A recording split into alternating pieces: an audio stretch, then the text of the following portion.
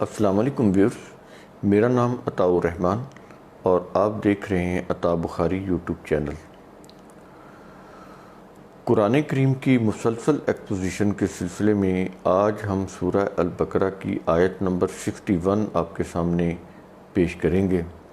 تو بنی اسرائیل کا ہی ذکر چلا آ رہا ہے۔ اس میں کہا جا رہا ہے کہ وَإِذْ قُلْتُمْ يَا مُوسَىٰ لَن نَّصْبِرَ عَلَىٰ طَعَامٍ وَاحِدٍ۔ اب یہ فرمائشی پروگرام شروع ہو رہا ہے بنی اسرائیل کا، جن کو موسیٰ علیہ السلام نے فرعون کی وہ جو کہہ لیں کہ اتنا زیادہ جو ظلم کرتا تھا ان کے اوپر، اس کے پنجۂ استبداد سے چھڑا کر وہ لائے اور یہاں آزاد صحراؤں کے اندر، آزاد ماحول کے اندر ایک آزادی میں انہوں نے سکھ کا سانس لیا۔ اب وہ کس طرح کی باتیں کر رہے تھے، تو ذرا اس کو بھی آپ دیکھیں کہ اب پھر ان کا ایٹیٹیوڈ کیا تھا، کس طرح سے وہ اپنے نجات دہندہ موسیٰ علیہ السلام کو کس طرح سے اذیت دے رہے تھے، کیسی ان سے فرمائشیں کر رہے تھے، کس طرح کی باتیں کر رہے تھے۔ کبھی وہ بچھڑے کو پوجنے لگ جاتے تھے، کبھی وہ لڑ پڑتے تھے۔ تو اس لیے وہ پچھلی آیت میں آیا نا، موسیٰ علیہ السلام نے ان کو کہا بھئی یہ 12 چشمے ہیں نا، تو 12 قبیلے علیحدہ علیحدہ اپنے اپنا چشمے پر ہو، لڑائی جھگڑا نہیں کرنا۔ یعنی ہر طرح سے ان کو مینج کرتے رہے موسیٰ علیہ السلام۔ اب یہاں پر یہ ہوا کہ اب صحرا میں ہیں، صحرائی زندگی ہے، یہاں پر کھانا پینا بھی صحرائی انداز میں تھا، اور یہاں پر ان کو موسیٰ علیہ السلام اس لیے لے کر آئے تھے کہ ان کو انہوں نے تربیت دینی تھی، ان کو جنگی تربیت بھی دینی تھی، ان کی اخلاقی تربیت بھی کرنی تھی، تاکہ آگے پھر انہوں نے فتوحات کرنی تھی، یہ چیزیں کرنی تھی۔ یہ تو نہیں کہ بس فرعون سے آزادی حاصل کر لی تو یہ آرام سے بیٹھ گئے۔ اب انہوں نے کام کرنا تھا، اور کام کرنے کے لیے ان کے لیے صحرائی ماحول جو تھا وہ زیادہ بہتر تھا۔ صحرا کے اندر یہ تربیت حاصل کر سکتے تھے۔ میں آپ کو ایک چھوٹی سی مثال دیتا ہوں۔ تاریخ کا واقعہ عام طور پر آپ نے سنا ہے کہ جو عرب تھے وہ اپنے بچوں کی تربیت صحرائی ماحول میں کرنے کے لیے اپنے بچوں کو، یعنی خود تو وہ مکہ اور مدینہ، یعنی یہ بنیادی شہر تھے، مکہ، مدینہ، طائف، یہ شہر تھے، باقی سارا وہ صحرا تھا عرب کے اندر۔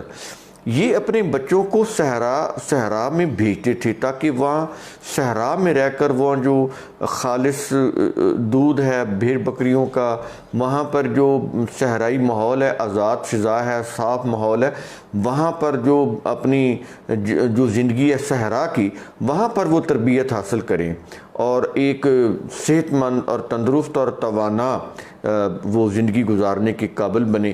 تو یہ صحرائی زندگی ضروری ہوتی تھی ان کو جنگی ممارست حاصل کرنے کے لیے۔ صحرائی ماحول کے اندر وہ جو صحرا میں جو کھانے ملتے تھے جو قدرتی وہ والے، تو یہ اس سے ان کو ایک تربیت ملتی تھی، وہ اس قابل ہو جاتے تھے کہ زندگی کی مشکلات کو، وہ زندگی کی جتنی بھی مشکلات ہوتی تھیں ان کے اوپر قابو پانے کے لیے یہ تربیت صحرا کی بہت ضروری ہوتی تھی۔ تو اس لیے ان کو بھی صحرا میں لایا گیا تاکہ یہ جو فرعون کی محکومی میں بالکل یہ کسی کام کے قابل نہیں رہے تھے، اب ان کو صحرا میں لا کر تربیت دینی تھی، ان کو وہ سٹرگل کرنا سکھانا تھا، ان کو جنگی ممارست سکھانی تھی، فتوحات کرنی تھی، کچھ جنگیں بھی لڑنی پڑ سکتی تھی، اس کے لیے ان کو تیار کرنا تھا۔ تو یہ چیزیں اس لیے ان کو صحرا میں رکھا جا رہا تھا۔ اب یہ کہہ رہے تھے کہ ہم کس مصیبت میں پڑ گئے، ایک ہی طرح کا کھانا کھا رہے ہیں، صحرا میں رہ رہے ہیں، اور شہری زندگی کے چونکہ یہ عادی تھے، مصر میں رہتے تھے، تو جیسے بھی تھا فرعون کی محکومی میں تھے، غلامی میں تھے، لیکن وہ شہری زندگی ان کو ابھی تک ان کے ذہنوں میں تھی، کیونکہ کام تو ان کو کرنا نہیں پڑتا تھا، تو اس لیے اب وہ یہ چیزیں کر رہے تھے۔ تو یہ چیزیں ذرا ذہن میں ہوں کہ ایکچولی قرآن کریم یہاں پر کیا کہنا چاہ رہا ہے۔ تو وَإِذْ قُلْتُمْ يَا مُوسَىٰ لَن نَّصْبِرَ عَلَىٰ طَعَامٍ وَاحِدٍ، کہ یہ ایک ہی طرح کا جو صحرا میں، اب صحرا میں طرح طرح کے کھانے یا ڈشز تو نہیں ہو سکتی تھی، وہ تو صحرا کے حساب سے ہی کھانے مل سکتے تھے۔ شہری زندگی میں ہوتا ہے کہ مختلف ڈشز اس دور میں بھی ہوتی تھی، اب تو خیر بہت زیادہ ہیں۔ تو ایکچولی وہ یہ کہہ رہے تھے کہ ایک ہی طرح کا کھانا ہم سے نہیں کھایا جاتا، یہ صحرا کی جو مشکل زندگی ہے یہ ہم نہیں گزار سکتے، تو وہ یہ چیز کہہ رہے تھے۔ اور آگے کہہ رہے تھے فَادْعُ لَنَا رَبَّكَ يُخْرِجْ لَنَا مِمَّا تُنبِتُ الْأَرْضُ مِن بَقْلِهَا وَقِثَّائِهَا وَقُومِهَا وَفُومِهَا وَعَدَسِهَا وَبَصَلِهَا۔ اب یہ چیزیں مثال کے طور پر قرآن بیان کر رہا ہے کہ اس طرح کی وہ چیزیں مانگ رہے تھے، کہ وہ یہ کہہ رہے تھے کہ موسیٰ علیہ السلام سے کہ اپنے رب سے دعا مانگو کہ وہ ہمارے لیے زمین کی پیداوار میں سے ساگ، ککڑی، گیہوں اور مسور، پیاز یہ پیدا کرے۔ تو کہا کہ تم اب آگے دیکھیں یہ چیزیں اس طرح کی وہ فرمائشیں کر رہے تھے کہ یہ چیز نہیں ہونی چاہیے، یہ چیز ہونی چاہیے، ہمیں تو یہ چیز چاہیے، اس طرح سے وہ چیزیں کر رہے تھے جو صحرا میں وہاں پر میسر نہیں تھی، وہ چیزیں مانگ رہے تھے۔ موقع محل کی وہ صورتحال کو سمجھنے کے لیے وہ تیار نہیں تھے، تو اسی طرح کی باتیں کر رہے تھے۔ اب ان سے اب آگے کیا کہہ رہا ہے؟ کہہ رہا ہے کہ قَالَ أَتَسْتَبْدِلُونَ الَّذِي هُوَ أَدْنَىٰ بِالَّذِي هُوَ خَيْرٌ۔ اب قرآن یہ کہہ رہا ہے ان سے کہ تم جو چیز بہتر ہے اس کو چھوڑ کر تم ادنا چیزوں کے پیچھے پڑے ہوئے ہو، یعنی یہ جو وقتی لذت کی چیزیں ہیں، عارضی جو وقتی لذت کی چیزیں ہیں، تم ان کے لیے جو ایک بہت بڑا پروگرام جو ہم تمہیں دینے جا رہے ہیں تاکہ تم میکسیمم اقتدار حاصل کرو زمین کے اوپر جد و جہد کر کے، تو تم وہ چیزیں چھوڑ کے شہری زندگی کے لیے اور ان چند چیزوں کے لیے تم بے تاب ہو رہے ہو اور وہ چیزیں مانگ رہے ہو۔ تو یہ چیزیں بھی مل جائیں گی، لیکن پہلے صحرا میں رہ کر اس قابل تو ہو جاؤ، اپنے آپ کو پہلے اس قابل تو بنا لو کہ تم اس طرح کی چیزیں حاصل کر سکو۔ تو یہ چیزیں کہی جا رہی ہے کہ ان چھوٹی سی چیزوں کے لیے وہ جو بڑا ایک مشن ہے، وہ جو بڑا جو مقاصد ہیں، تم اس کو تم ایوائڈ کر رہے ہو، اس سے پیچھے ہٹ رہے ہو۔ تو یہ چیزیں قرآن کریم کہہ رہا ہے یہاں پہ۔ تو آگے کہہ رہا ہے کہ اہبطوا مصرا فإن لکم ما سألتم۔ یہ کیا چیز کہہ رہا ہے قرآن کریم؟ کہہ رہا ہے کہ کسی شہر میں اترو، بے شک تم مانگتے ہو تمہیں ملے گا۔ تو ٹھیک ہے، اگر تم نے اسی طرح کرنا ہے تو ٹھیک ہے، چلے جاؤ پھر کسی شہر میں، تو جس طرح کی چیزیں تم مانگ رہے ہو وہ تمہیں مل جائیں گی، لیکن تم اپنے مقصد سے ہٹ جاؤ گے۔ جو ہم ایک بہت بڑا پروگرام تمہارے لیے تجویز کیا ہے تمہارے آگے بڑھنے کا، تمہاری پروگرس کا، تم پھر اس سے محروم ہو جاؤ گے۔ وقتی طور پر یہ چیزیں تمہیں کسی بھی شہر میں مل جائیں گی، لیکن جو ہم نے تمہارے لیے تجویز کر رکھا ہے، جو ایک بڑے مقاصد، اس سے پھر تم اپنے آپ کو اس سے تم محروم کر لو گے۔ تو آگے یہ کہہ رہا ہے کہ وَضُرِبَتْ عَلَيْهِمُ الذِّلَّةُ وَالْمَسْكَنَةُ وَبَاءُوا بِغَضَبٍ مِّنَ اللَّهِ۔ اب یہ دیکھیں قرآن کریم کیا کہہ رہا ہے، جب اللہ کی وہ جو تجویز کردہ جو راہ تھی، پروگرام تھا، اس سے وہ ہٹنا چاہ رہے تھے، تو پھر ان کو کیا کہا جا رہا ہے آج؟ اس وقت ان کو کہا جا رہا تھا، آج ہمیں کہا جا رہا ہے۔ یہ نہیں کہ یہ صرف اس دور کے لوگوں تک، بنی اسرائیل کے لیے، یہ آج ہمیں بھی کہا جا رہا ہے، ہمارے بعد قیامت تک کے لوگوں کو قرآن یہ کہہ رہا ہے۔ تو اس سے پھر کیا ہوا؟ وہ یہ کہہ رہا ہے کہ اور ان پر ذلت اور محتاجی پھر پڑ گئی، ڈال دی گئی، وہ ذلت میں پڑ گئے، محتاجی میں پڑ گئے، اور انہوں نے اللہ کا غضب کمایا۔ یہاں پر یہ لفظی ترجمہ ہے، وغضب اللہ کا غضب کمایا، یعنی اس کا جو قانون مکافات عمل ہے اس کی وجہ سے یہ قوم مبغوض ہو گئی، یعنی ان کے اوپر غضب پڑ گیا، اس قوم کے اوپر۔ یہ مطلب ہوتا ہے اللہ غضب نہیں کسی کے اوپر ڈالتا۔ یہ دیکھیں، یہ چیزیں سمجھنی پڑیں گی، بڑا فرق ہوتا ہے۔ ایک ہے کہ اللہ غضبناک ہو گیا، بھئی اللہ کو کیا ضرورت؟ اللہ نے کو اپنے ذاتی مفاد کے لیے ان کو کہا تھا کہ تم صحرا کے اندر رہ کر تربیت حاصل کرو۔ اللہ کا اس میں کوئی فائدہ تھا؟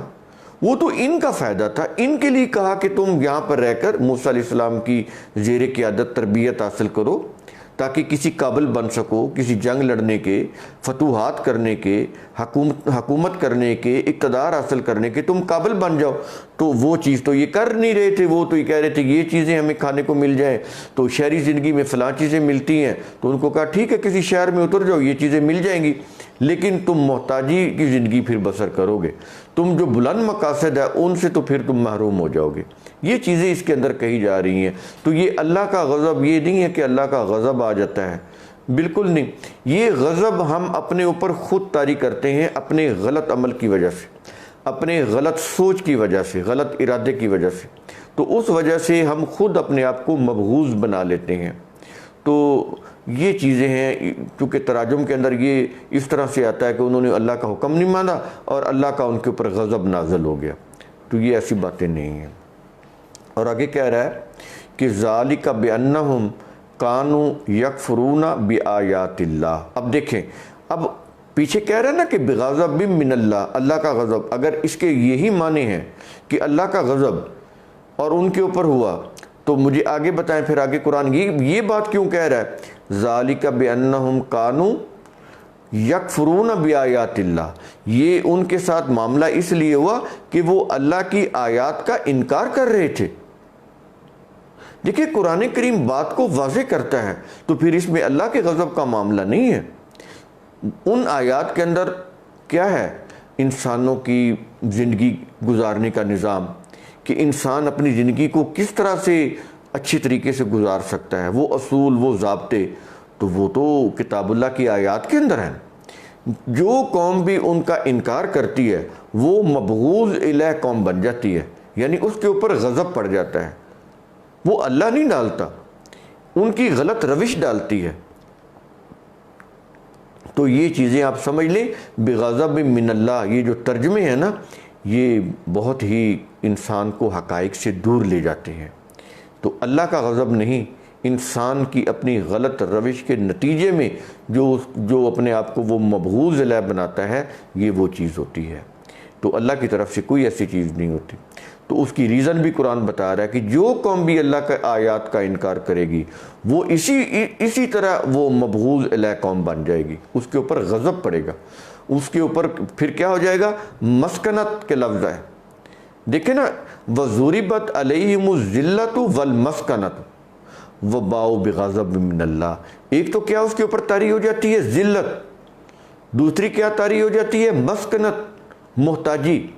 ذلت کے اندر تو رسپیکٹ ہی نہیں رہتی، نبض چل رہی ہوتی ہے، کھا بھی رہے ہوتے ہیں لیکن عزت کو نہیں ہوتی، ٹھوکریں مار رہے ہوتے ہیں، کوئی غیرت نہیں ہوتی، کوئی حمیت نہیں ہوتی، کوئی خود مختاری نہیں ہوتی۔ اس قوم کے بھی محتاج، اس قوم کے بھی محتاج، اپنی مرضی کی نہ حکومت کر سکتے ہیں، نہ اپنی مرضی کا کوئی بجٹ بنا سکتے ہیں، نہ اپنی مرضی کا کوئی معاشی نظام بنا سکتے ہیں۔ یہ چیز ہوتی ہے، ہو نہیں مسلمان ملکوں میں۔ ایسے ہی ہے نا، اپنی مرضی سے کوئی مسلمان ملک اپنے وہ جو تیل ہے اس کی قیمت مقرر کر سکتا ہے؟ یہ جتنا بھی وہ کوئی نظام ہے وہ ورلڈ بینک نے چلانا ہوتا ہے، یہ اس کی کوئی وائلیشن کر سکتے ہیں؟ نہیں کر سکتے۔ تو یہ چیزیں ہوتی ہیں، جتنے بھی یہ ملک ہیں وہ اس کے مقروض ہیں IMF کے۔ تو یہ کیا چیز ہے؟ یہ ہے علیہم الذلۃ، یہ ذلت ہوتی ہے۔ اس سے آپ سمجھ آئے IMF کے مقروض ہیں نا ہم، یہ ذلت ہے۔ والمسکنۃ، محتاجی، کیا محتاج نہیں ہم ان کے؟ اپنا بجٹ تک نہیں بنا سکتے، اپنی چیزوں کے، وہ کہتے ہیں بجلی کے ریٹ یہ کرو اور ہم کر دیتے ہیں، وہ کہتے ہیں پیٹرول کا ریٹ یہ کرو ہم کر دیتے ہیں، وہ کہتے ہیں اتنے % ٹیکس لگاؤ، ہمیں لگانا پڑتا ہے، چاہے عوام مر جائے لگانا ہوتا ہے۔ تو یہ چیز ہوتی ہے، یہ ذلت، یہ مسکنت اور یہ غضب، وباء بغضب۔ کیا یہ تینوں چیزیں ہم مسلمانوں کے اوپر باقی دنیا کی جتنی بھی اقوام ہیں ان سے زیادہ طاری نہیں ہیں؟ غور کریں کبھی، باقی بھی تو لوگ ہیں، جیوز بھی ہیں، کرسچن بھی ہیں، ہندو بھی ہیں، لیکن یہ جو چیزیں ہیں ذلت، مسکنت اور غضب، یہ تینوں چیزیں سب سے زیادہ مسلمانوں کے اوپر پڑ رہی ہیں۔ کیوں پڑھ رہی ہیں؟ کبھی سوچے تو صحیح۔ مذہب، یہ بنیادی وجہ ہے۔ مذہب کی روح سے ہم نے قرآن کو چھوڑا ہوا ہے، روایتوں کو دین بنایا ہوا ہے، اور اس کی وجہ سے انٹلیکٹ اس سے کام ہی نہیں لینا۔ عقیدت، شخصیت پرستی، روایت پرستی، یہ چیزیں چل رہی ہیں، یہی دین ہے۔ تو ٹھیک ہے، یہ چیزیں تو پھر ہوں گی۔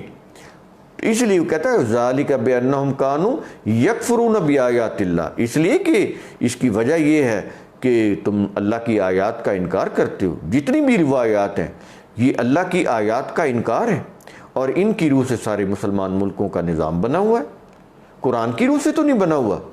کسی بھی ملک کا نظام جو بھی اپنے آپ کو مسلم کنٹری کہلاتا ہے، اس کا نظام جتنا بھی، جس کو آپ شرعی نظام کہہ رہے ہیں، شرعی اسلامی نظام، ہے ہی نہیں، وہ کفر پر مبنی ہے، آیات پر مبنی ہے۔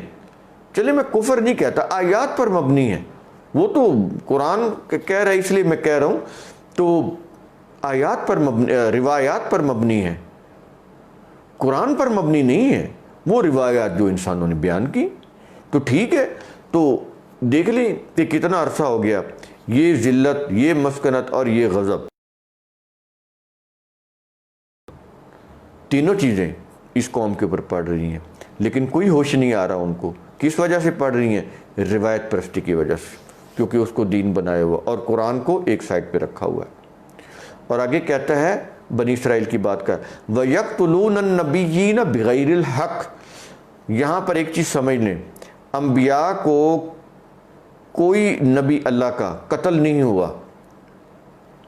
یہ یہاں سے جو لفظ ہے نا وَيَقْتُلُونَ، اس سے یوں محسوس ہوتا ہے کہ اس کا معنی صرف قتل کرنا ہی ہے، اس کا معنی ذلیل کرنا بھی ہے، ذلت، یعنی یوں کہہ لیں کہ اذیت دینا، یہ صحیح معنی ہوں گے۔ انبیاء کے لیے یہ لفظ استعمال ہو رہا ہے نا، تو یہاں پر وَيَقْتُلُونَ کا معنی انہیں قتل کرنا نہیں ہے۔ موسیٰ علیہ السلام کو یا عیسیٰ علیہ السلام کو یا ابراہیم علیہ السلام کو، کوئی بھی اللہ کے نبی، وہ قتل نہیں ہوئے کسی کے ہاتھ میں، تبھی ان کی وفات ہوئی۔ لیکن یہاں پر یہ جو لفظ آتا ہے وَيَقْتُلُونَ النَّبِيِّينَ، اس کا مطلب انبیاء کو قتل کرنا نہیں ہے، ان کو اذیت دینا ہے۔ اور یہ جو لفظ قرآن نے یہاں لے کر آیا وَيَقْتُلُونَ النَّبِيِّينَ، اس کی آگے وضاحت کرے گا، میں بتاؤں گا آگے چل کر کہ وَيَقْتُلُونَ کی وضاحت کرتا ہے انبیاء کو اذیت دینا، اور آگے کہتا ہے بغیر الحق، ناحق، بغیر کسی وجہ کے وہ اذیت دیتے تھے۔ یہ اذیت نہیں دے رہے، قرآن پیچھے ڈیٹیل دے رہا ہے اس کی، کبھی وہ بچڑے کو پوج رہے ہیں، کبھی وہ پانی کے لیے جھگڑ رہے ہیں، کبھی وہ ان کو کہہ رہے ہیں کہ آپ ہمیں مصر سے لے کر آ گئے فرعون سے چھڑا کر، یہاں ہم کہاں، ہمیں صحراؤں میں ہمیں بھٹکنے پر مجبور کر دیا ہے، نہ ہمیں ہماری مرضی کا کھانا مل رہا ہے، تو یہاں ہم صحرا میں پھر رہے ہیں، کوئی سہولت نہیں ہے یہاں پر۔ تو وہاں پر چلو شہر میں تو رہتے تھے مصر میں، چلو وہاں پر کوئی اس طرح کی چیزیں، شہری ماحول کی چیزیں تو ہمیں مل جاتی تھی، یہاں تو صحرا ہے اور اس کے اندر ہم پھر رہے ہیں، تو کوئی سہولتیں نہیں ہیں، تو ہمیں کس مصیبت میں ڈال دیا ہے۔ یہ موسیٰ علیہ السلام سے وہ کہہ رہے تھے۔ تو کیا جو موسیٰ علیہ السلام ان کے نجات دہندہ تھے، ان کو فرعون کے چنگل سے چھڑا کر لائے تھے، یہ چیزیں، یہ باتیں ان کے لیے اذیت کا باعث نہیں تھی؟ یہ ہے ان کو قتل کرنا، اذیت دینا۔ یہ اذیت دینے کے معنوں میں ہے، ایکچولی فزیکلی قتل کرنے کے معنوں میں نہیں ہے یہ لفظ یہاں پر آیا۔ عربی بڑی وسیع زبان ہے، اس کے معنی جو ہیں قرآن کے کانٹیکسٹ کو سامنے رکھ کر کیے جائیں تو پھر سمجھ آتا ہے۔ یہ نہیں ہے کہ آپ ہر لفظ کا ایک ہی معنی، اب یہ پیچھے ہم نے بیان کیا ہے نا کہ یہ وَضُرِبَتْ عَلَيْهِمُ الذِّلَّةُ تھا، اور اس کے یہ عصا کے ساتھ بھی یہ لفظ آیا ہے وَاضْرِب بِعَصَاكَ الْحَجَرَ، ٹھیک ہے نا۔ اب یعنی مارنا اس کے لیے بھی ہے، اور یہاں پر ذلت کے لیے بھی ضُرِبَت کا لفظ استعمال، ذلت کو تو نہیں مارا جاتا، لیکن یہاں پر پڑھنا کے معنی آ رہا ہے، یعنی ان کے اوپر وَضُرِبَتْ عَلَيْهِمُ الذِّلَّةُ، ان کے اوپر وہ ذلت ان کے اوپر پڑی ہوئی تھی، ان کے اوپر پڑ گئی وَضُرِبَتْ۔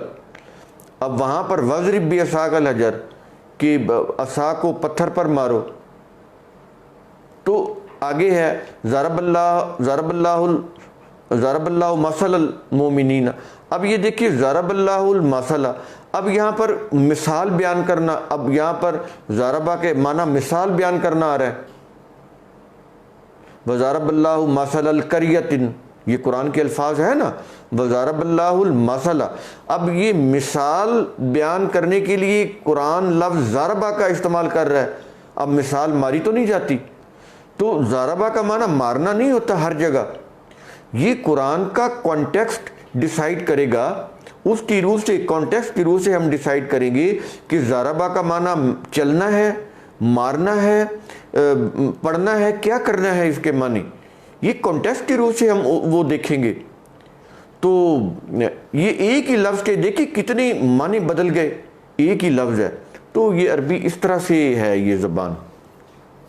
تو اسی طرح قتل کے معنی صرف فزیکلی قتل کرنا نہیں ہے، اذیت دینا ہے. اور اس اذیت کی یہ پیچھے قرآن مثال دے رہا ہے، بتا رہا ہے، ڈیٹیل دے رہا ہے کہ وَيَقْتُلُونَ النَّبِيِّينَ بِغَيْرِ الْحَقِّ، کہ انہوں نے ناحق انبیاء کو اذیت دی. قتل کرنا نہیں ہے اس کے معنی.